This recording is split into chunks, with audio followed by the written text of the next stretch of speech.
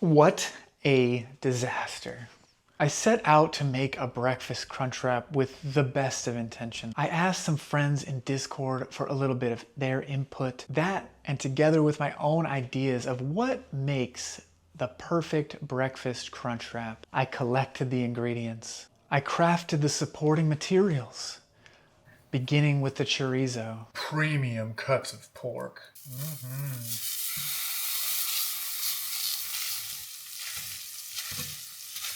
Things went downhill immediately. It started out with small incidents. Instead of cleaning out the pan, I decided to cook some onions in the chorizo fat and deglaze with white wine, I guess. Now, the eggs. The eggs started out okay. Collecting a few fresh weeds from the yard. Lovely greenery, fresh. Adding the perfect amount of oil. Wait, no. Blooming some cumin seed? Okay, sure, I can be on board for that. That is way too much oil.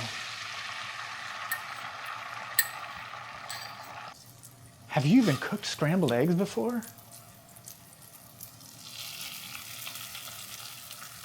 What are you even doing here?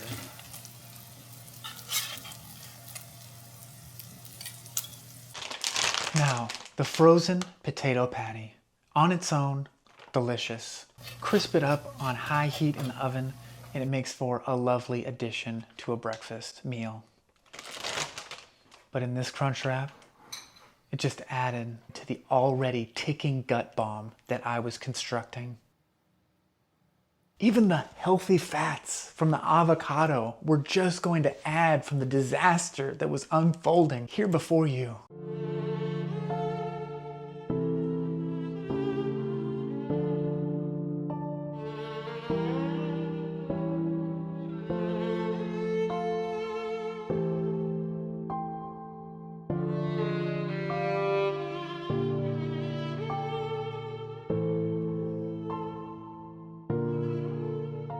The only saving grace to this entire endeavor was a refinement on my version of Jeppin's famous black beans.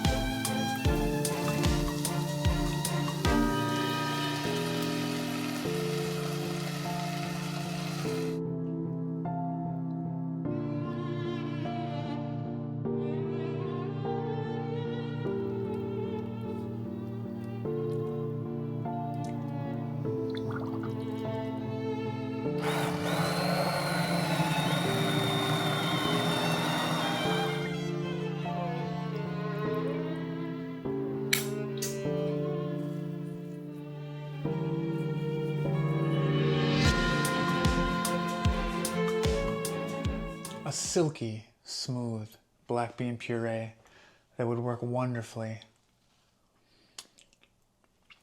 Now, I'm sure you've heard of a bimetallic strip. Two metals joined together. They expand and contract at different rates depending on temperature, and so this causes them to curve. It's how old thermostats worked, but this wasn't that. This was a bi-cheesalic sealant. Two cheeses, cheddar, pepper jack, that would melt and brown at different rates. Would this work? Just one more test in this Crunchwrap journey.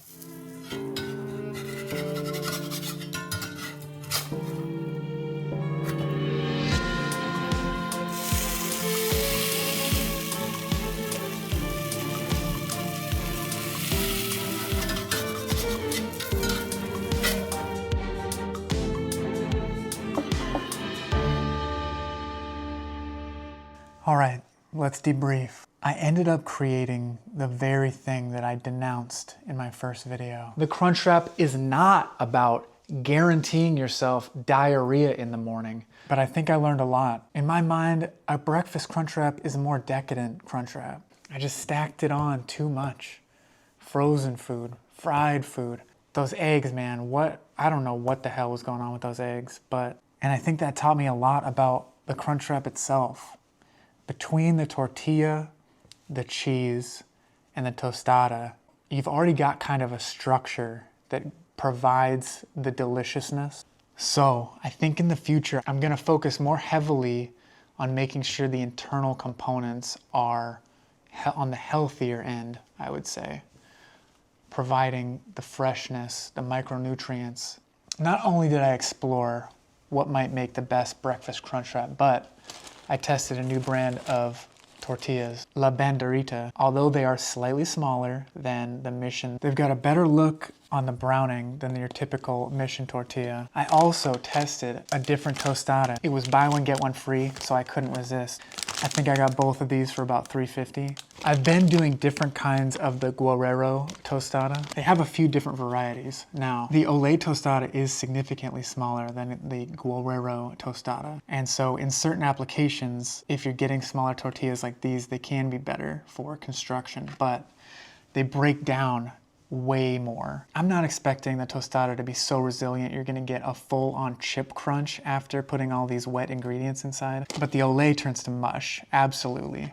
The Guerrero holds its structure much better. I don't think I'm ever gonna be getting the Olé in the future unless I'm getting a significantly smaller tortilla. Let's give these bad boys a bite. I've eaten 8 breakfast Crunchwraps of varying constructions. The first day, I actually ate 3 of these things. Because don't get me wrong, they're delicious. Chorizo is amazing. The eggs taste good. And so I couldn't help myself. I ate 3. And guess what that night? I went to bed, heartburn. Terrible heartburn. Destroying my body, destroying these old bones. The delicious factor was there, but at the cost of my own well-being. Now for the dips, I've got a little yogurt with lime crema, with a little bit of cilantro in there as well. And that makes for a delightful dip. Yogurt was a better fit than sour cream. Yogurt feels like a breakfast food to me. Look at that thing though. It's pretty damn delicious. I've also been using these 2 El Yucateco habanero hot sauces. I'd never had these before until a few weeks ago, but I'm just in love with them. They're the perfect amount of high-level spice for me. Jeppin's famous beans worked great for this, although I did make them slightly too thin. They were kind of a black bean puree, and I think to make the perfect bean insulator, they needed to be a little thicker. The thinner bean puree did kind of squirt out in between the cheese during the sealing process. And one more recommendation. I love sriracha, and it was suggested by one of my online crunch chap, Blue Raz, that I try it with the breakfast burrito. So that's what I'm gonna do. Paint along that ridge. How can you go wrong, really? I think this was a good first entry into finding the perfect breakfast Crunchwrap. I think I've still got some refining to do. Till next time. Oh yeah. Ooh, dang, dude. She got real crazy down there. She needs to wipe. She got a dirty bootang. Oh, is it a she? I think they're all she's. Not when her bells are dirty. Yeah, dude, she got a dirty, she forgot, she doesn't know how to wipe.